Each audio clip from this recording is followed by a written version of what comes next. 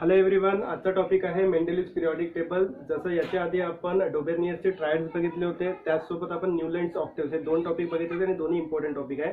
त्याच्यानंतर जो next topic आहे तो आहे मेंडेलिव्ह पिरियॉडिक टेबल आणि हा जो टॉपिक आहे हा देखील खूप इम्पॉर्टंट आहे.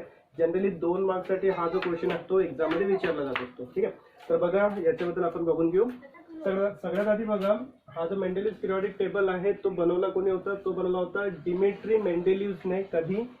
From 1834 to 1907. आता हा जो डिमिट्री मेंडेलिव्ह आहे हा कोण होता? हा एक रशियन सायंटिस्ट होता ज्याचा जन्म कधी झाला होता? 1834 मध्ये झाला होता, 1834 मध्ये, आणि त्याची डेथ कधी झाली होती? 1907 मध्ये. ठीक आहे, त्यानंतर बघा हा जो रशियन सायंटिस्ट आहे याने देखील काय केलं होतं? एक पिरियॉडिक टेबल बनवलं होतं, जसं डोबेर्नियर्सनी बनवला होता, त्याच्यानंतर न्यूलँडनी बनवला होता.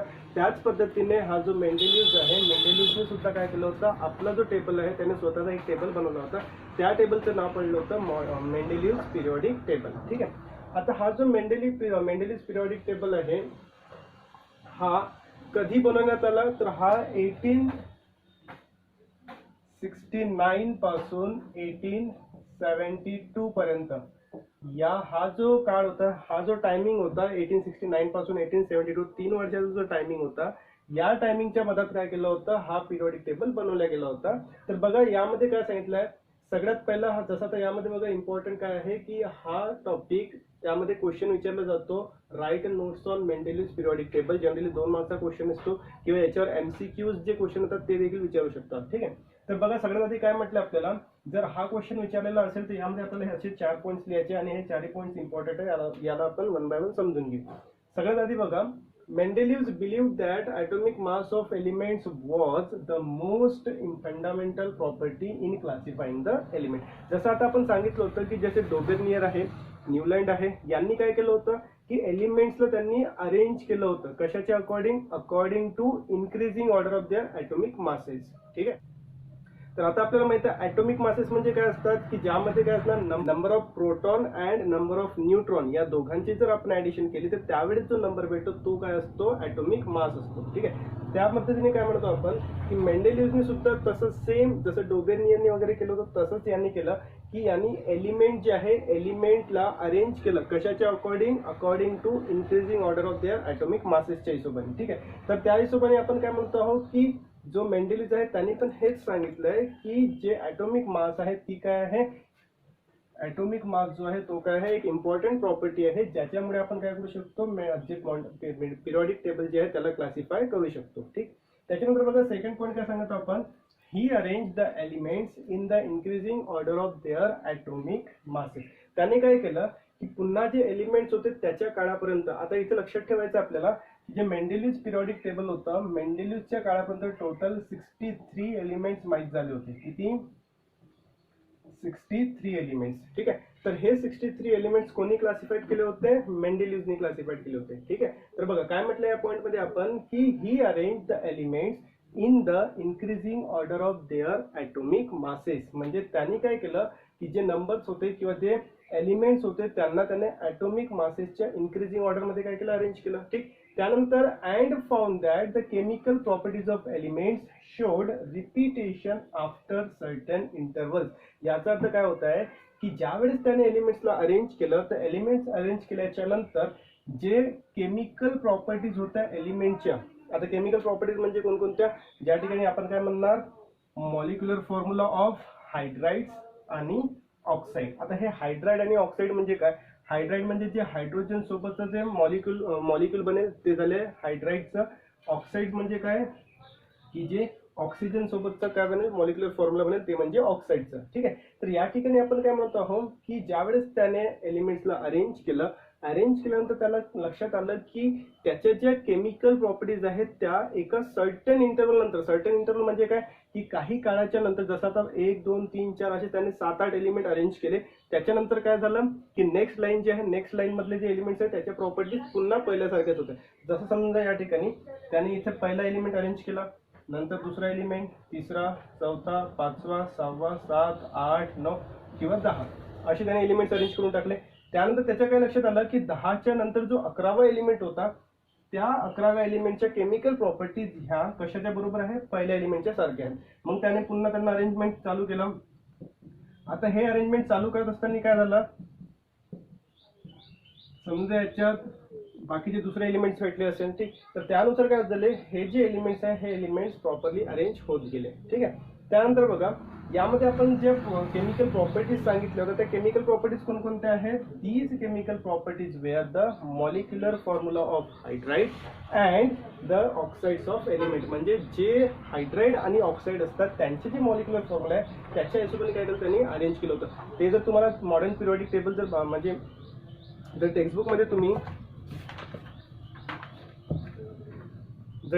तुम्ही पेज नंबर 18 वरचा जो 2.3 चा जो टेबल आहे, टेबल 2.3 या टेबलमध्ये व्यवस्थित बघाल तर तिथे बघा तुम्हाला आर स्क्वेअर ओ दिसेल. पहिला जो बॉक्स आहे त्याच्यामध्ये तुम्हाला आर स्क्वेअर ओ दिसेल. त्याच्यानंतर बघा तुम्हाला आर ओ दिसेल.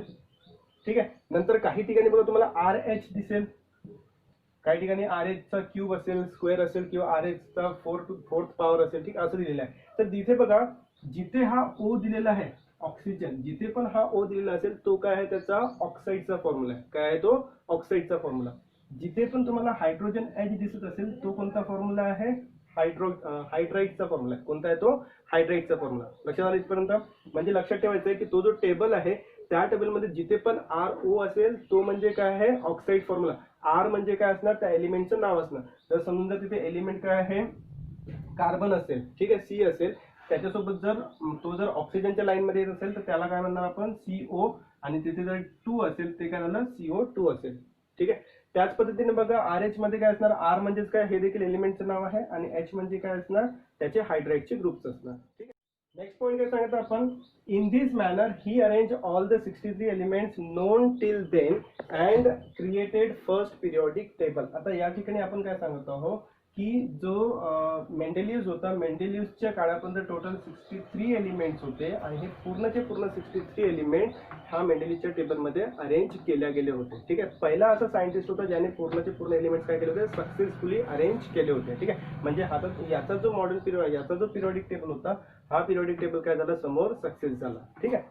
त्यानंतर बघा याच्या त्यांनी जे क्लासिफिकेशन केलं होतं त्या क्लासिफिकेशनच्या हिशोबाने त्याने एक लॉ बनवला होता, स्वतःचा एक लॉ बनवला होता. त्याचं स्टेटमेंट बघा अशा पद्धतीने होतं, the physical and chemical properties of elements are a periodic function of their atomic masses. तर या ठिकाणी बघा काय म्हणत आहे की जे काही एलिमेंट्स त्याने अरेंज केले होते पिरियडमध्ये, तर तो जो टेबल होता त्या टेबलमध्ये जेवढे त्याने एलिमेंट्स अरेंज केले होते ते सगळे एलिमेंटच्या ज्या केमिकल प्रॉपर्टीज आहेत त्या केमिकल प्रॉपर्टीज कशाचं पिरियॉडिक फंक्शन होतं, ते होतं ॲटॉमिक मासेसचं. कशाचं, ॲटॉमिक मासेसचं. ठीक आहे. म्हणूनच बघा याचा जो पिरियॉडिक टेबल होता, याच्या पिरियॉडिक टेबलमध्ये जेवढे पण एलिमेंट्स अरेंज केले होते ते एलिमेंट्स काय होते, ॲटॉमिक मासेसचे. एंट्रोपी काय आहे, याच्या आधी आपण स्टेटमेंट बघून घेतलं. स्टेटमेंटच्या आधी आपण काय बघितलं, त्याचे जे नोट्स होते 4 पण ते झाले आहे. यानंतर नेक्स्ट टॉपिक आहे फीचर्स. फीचर्स म्हणजे काय, याच्या ज्या प्रॉपर्टीज आहेत त्या प्रॉपर्टीज बघून घेऊ आपण. तर हा जो मेंडेलिव्हचा टेबल होता याचे जनरली 2 इम्पॉर्टंट प्रॉपर्टीज होत्या. त्या कोणकोणत्या होत्या, सगळ्यात पहिले बघा, the horizontal lines in a periodic table are called as periods. म्हणजे जो टेबल होता त्या टेबलमध्ये ज्या हॉरिझॉन्टल लाईन्स होत्या, आता बघा तर समजा असा टेबल असेल, हा या टेबल्समध्ये अशा लाईन्स असेल, अशा पद्धतीने बॉक्स बनलेला असेल. ठीक आहे. तर या बॉक्समध्ये ह्या ज्या हॉरिझॉन्टल लाईन दिसत आपण हे वाला, या ज्या लाईन्स दिसत आपल्याला हॉरिझॉन्टल लाईन्स, या हॉरिझॉन्टल लाईन्सला आपण काय म्हणणार, पिरियड्स म्हणणार. ठीक आहे. तर इथे बघा हा झाला पिरियड फर्स्ट, हा झाला सेकंड, हा थर्ड, फोर्थ, फिफ्थ, 6 आणि 7 पर्यंत. असे टोटल किती, 7 पिरियड्स या मेंडेलिव्हच्या पिरियॉडिक टेबलमध्ये होते. ठीक आहे. त्यानंतर बघा नेक्स्ट जी लाईन आहे ती काय म्हणतो आपण, the vertical column. The vertical column in a periodic table are called as groups. There are 8 groups,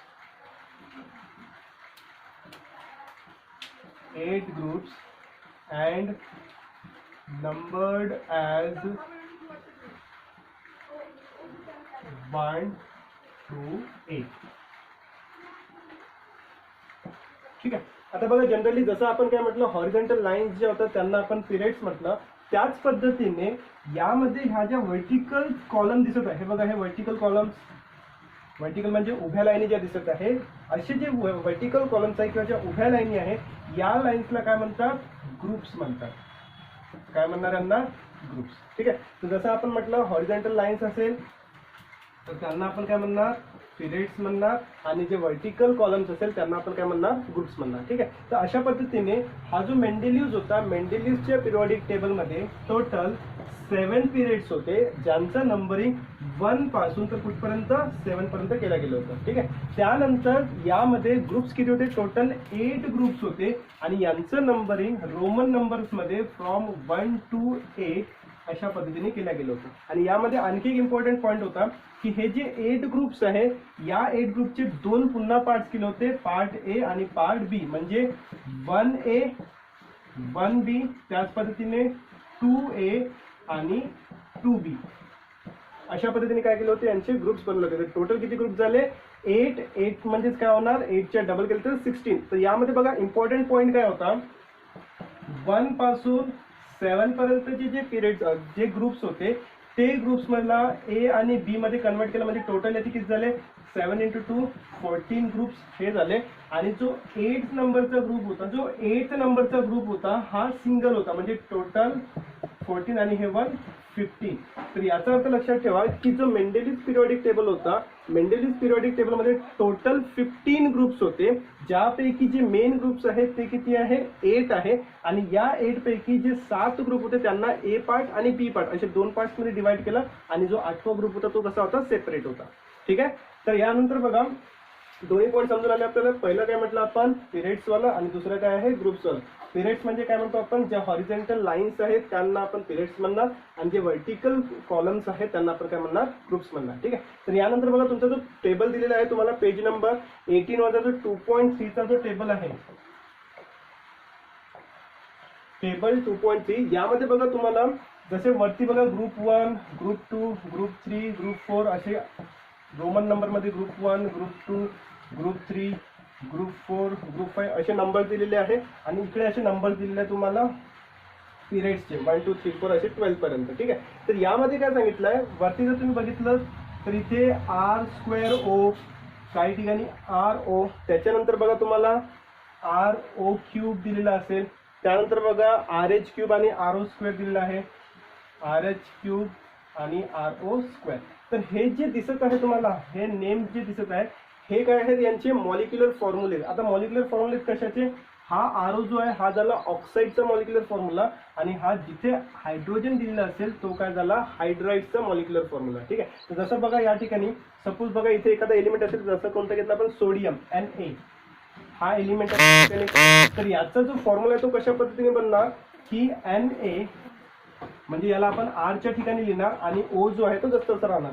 तर Na, त्याच्यानंतर स्क्वेअर आहे, हा स्क्वेअर म्हणजे इथे खाली लिहिणार Na2, आणि हा ऑक्सिजन लावणार, तर इथे काय झाला, Na2O. तर हा काय झाला, सोडियमचा ऑक्साईड. काय झाला, हा सोडियमचा ऑक्साईड. अशाच पद्धतीने बाकीचे जे फॉर्म्युला आहे ते सुद्धा याच्यानुसार बनवले गेले होते. ठीक. तर हे झालं कशाचं, फीचर्स ऑफ मेंडेलिव्ह पिरियॉडिक टेबल. यानंतर जो नेक्स्ट टॉपिक आहे तो आपण काय बनणार, याच्या मेरिट्स काय काय होत्या आणि यांच्या डिमेरिट्स काय होत्या. ठीक.